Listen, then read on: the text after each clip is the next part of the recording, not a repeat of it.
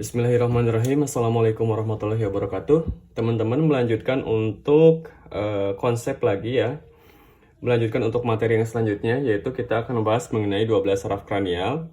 Di mana persarapan ini atau konsep ini atau teori ini adalah teori yang sering ada pada pengkajian per sistem pada saat kita melakukan pengkajian kepada pasien. Nah ini biasanya terutama para mahasiswa ya, terutama para mahasiswa agak kesulitan dalam melaksanakan pengkajian mengenai saraf kranial ini ataupun pada pengkajian per sistem yaitu sistem persarapan. Salah satu jenis pengkajian yang dapat kita kaji pada sistem persarafan adalah ini, yaitu sistem saraf kranial gitu ya.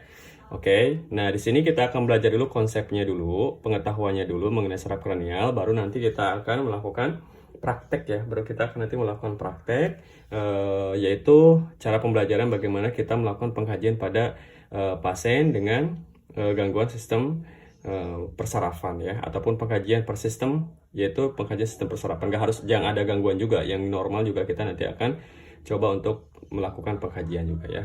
Oke, sebelum ke sana teman-teman harus mengetahui dulu mengenai saraf itu sendiri. Oke, jadi teman-teman sekalian, sistem komunikasi dalam tubuh manusia itu sebetulnya ada dua. Pertama itu adalah saraf, yang kedua itu adalah hormon. Cuman hormon kita nggak bahas karena itu merupakan sistem endokrin. Nah, jadi kita di sini hanya bahas mengenai saraf aja. Oke? Jadi, saraf itu fungsinya adalah sebagai komunikasi kita, sebagai komunikasi tubuh tentu, antara reseptor, saya tulis ya, antara reseptor, kemudian antara otak dan efektor. Nah, jadi saling berkaitan ya ini ya. Jadi saraf itu nanti adalah suatu komunikasi antara reseptor, otak, dan efektor. Reseptor itu adalah yang menerima seperti apa? Seperti kulit. Contohnya ya, kulit, ini hanya contoh yang mudah aja. Kemudian otak sudah tentu tahu. Kemudian efektor contohnya apa? Otot ya. Otot. Sebetulnya ada lagi, ada kelenjar dan lain-lain. Oke? Supaya ini mudah aja teman-teman sekalian. Selanjutnya adalah kita akan bahas mengenai saraf itu sendiri. Saraf itu sebetulnya terbagi menjadi dua ya, yaitu sistem saraf pusat atau SSP dan sistem saraf tepi. Gitu ya. Nah, kita nggak bahas itu dulu. Kita bahas mengenai persarafan, mengenai jenis-jenis saraf dulu aja. Karena tentu kalau kranial, kalau kita golongkan masuk dalam sistem saraf tepi, bukan sistem saraf pusat. Oke? Nah, untuk saraf sendiri, teman-teman sekalian, itu nanti terbagi menjadi dua. Pertama, ya, yang pertama itu adalah sensorik. Sensorik itu apa? Sensorik itu adalah apa yang dirasakan atau apa yang diterjemahkan oleh otak kita. Contohnya, kalau misalkan ada orang kena panas, misalkan ada kulit tangan kita misalkan kena panas, kena apa ya, yang kena knalpot misalkan ya. Kemudian si knalpot tersebut ketika mengenai kulit kita, maka otak kita akan menerjemahkan bahwa itu rasanya panas. Nah, itu tugasnya sensorik. Oke. Yang kedua, itu ada motorik.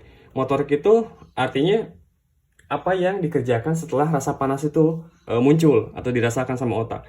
Jadi ketika si otak merasakan bahwa itu panas, maka si otak itu akan memerintahkan tangan kita untuk menjauh. Nah, itu tugasnya motorik. Oke? Gampang kan? Nah, yang kedua adalah kita sudah tahu sensorik dan motorik. Sensorik nama lainnya adalah afferent. Nah, nama lainnya adalah afferent, dan motorik nama lainnya adalah efferent.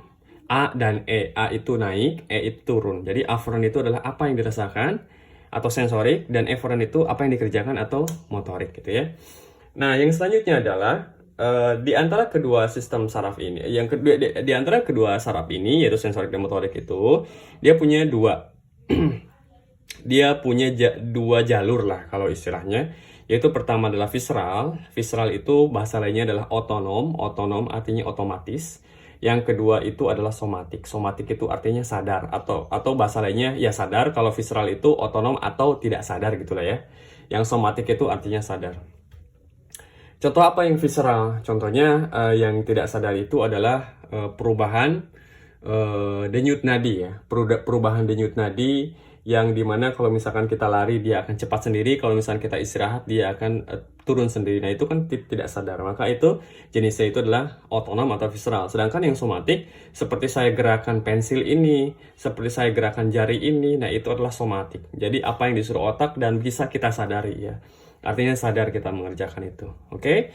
Nah setelah kita paham, maka nanti kita akan lanjut ke nervus yang akan kita bahas. Ya, jadi teman-teman sekalian di sistem kranial itu ya, itu sistem persarapan itu tentu ada 3. Pertama itu apa?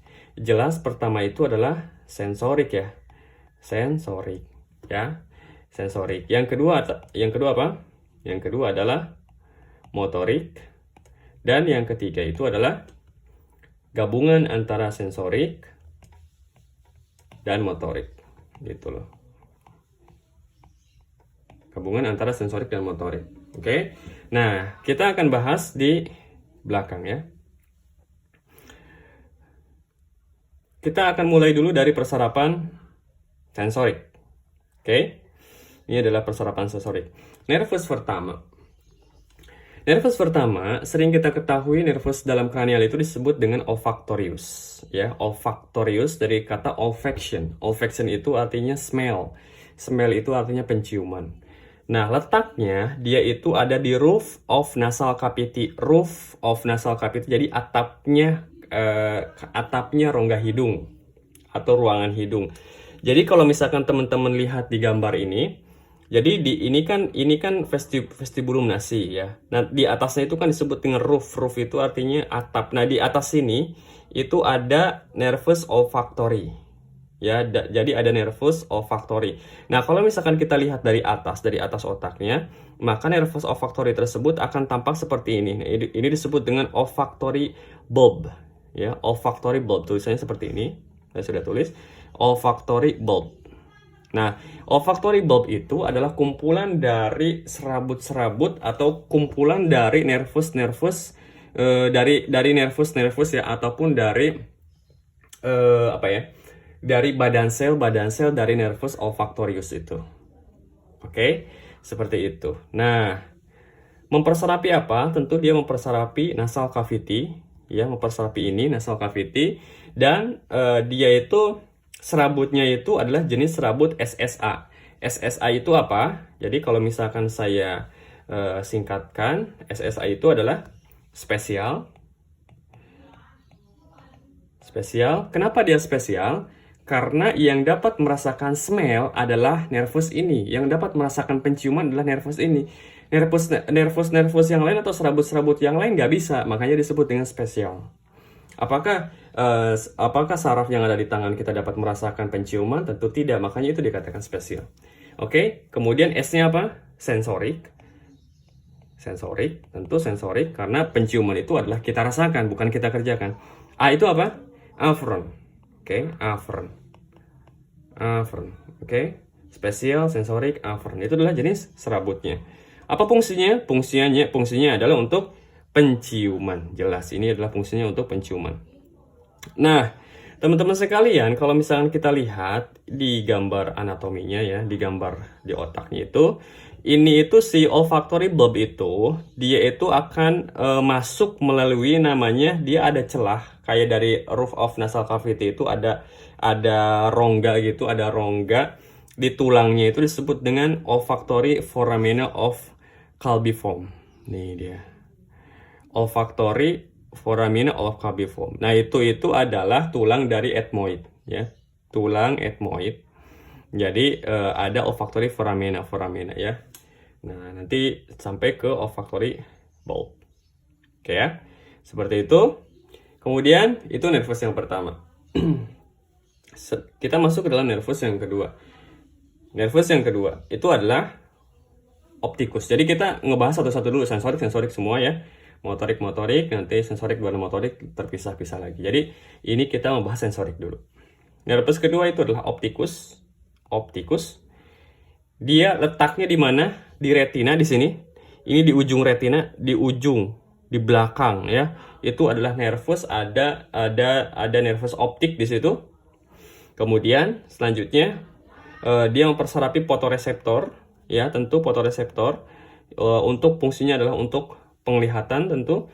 Kemudian jenis serabutnya sama kayak yang tadi, sama kayak yang olfactory, yaitu spatial sensoric afferent, fungsinya adalah untuk penglihatan. Oke. Untuk penglihatan. Selain itu juga optikus itu adalah untuk lapang pandang ya. Nanti kita akan buat video pembelajaran mengenai bagaimana caranya kita mengkaji nervus opticus. Oke. Nah, itu untuk nervus yang kedua. Nervus opticus dia itu akan masuk melalui optik kanal. Ya. Dia akan masuk melalui optik kanal, ada di sini, optik kanal. Nanti dia akan masuk ke dalam kiasma opticus. Ya, ini adalah kiasma opticus. Nah, ini kalau misalnya kita di dalam otaknya itu, nanti kita akan lihat kiasma opticus. Ya. Kemudian, tentu fungsinya adalah untuk penglihatan ya, sudah saya jelasin tadi. Yang ketiga adalah nervus berapa? Nervus 8. Jadi, nervus 8 itu adalah vestibulocochlearis. Vestibulocochlearis itu adalah nervus sensorik. Nervus sensorik. Meskipun ada yang mengatakan juga bahwa itu adalah nervus sensorik motorik, tapi kalau kecenderungan banyak orang atau banyak teori mengatakan bahwa vestibulocochlearis itu adalah nervus dari nervus sensorik. Lokasinya di mana? Lokasinya ada di pons medulla junction, ada di sini. Ini adalah pons medulla junction, teman-teman sekalian. Ini kalau misalnya kita lihat otak dari atas ya, kemudian kita buka tulangnya, nah kita lihat akan pons medulla junction. Kemudian dia memperserapi vestibula dan semisirkular kanal. Ya, jadi itu fungsinya itu untuk apa? Dia memperserapi ini tentu fungsinya adalah untuk keseimbangan ya, keseimbangan. Kemudian sarapnya apa? Jadi serabutnya, tentu serabutnya pasti spesial, jadi dinamakan serabut SSA, Spatial Sensoric Afferent. Fungsinya adalah untuk keseimbangan, ya. Keseimbangan itu ada dua, ada static equilibrium, yang ini ada dynamic equilibrium, artinya yang lagi diam dan lagi jalan. Jadi kalau misalnya kita lagi diam, lagi diri, kemudian diam, keseimbangan itu dikontrol oleh vestibulocochlearis, nervus 8. Begitupun dengan kita jalan. Ya, jadi makanya kalau misalnya ada orang jalannya keloyongan, nah itu ada gangguan di vestibulocochlearisnya, baik akibat yang lain, misalkan akibat penggunaan obat-obat dan lain-lain. Oke. Nah, kemudian dia di samping itu dia juga fungsinya untuk sensorik suara ya, tentu untuk suara juga diperserapi oleh vestibulocochlearis. Dia akan masuk melewati apa? Melewati internal acoustic meatus. Nah, ini teman-teman sekalian, ini disebut dengan internal acoustic meatus yang ada di telinga, sehingga dia akan masuk serabut SSA-nya ke sini atau serabut dari nervus vestibulocochlearisnya. Oke, seperti itu. Nah, itu untuk yang nervus nervus yang ke-8. Jadi sensorik itu ada 3 ya. Ada apa aja? Gampang, 128. 128 itu adalah olfactorius, opticus, dan vestibulocochlearis. Oke, gampang.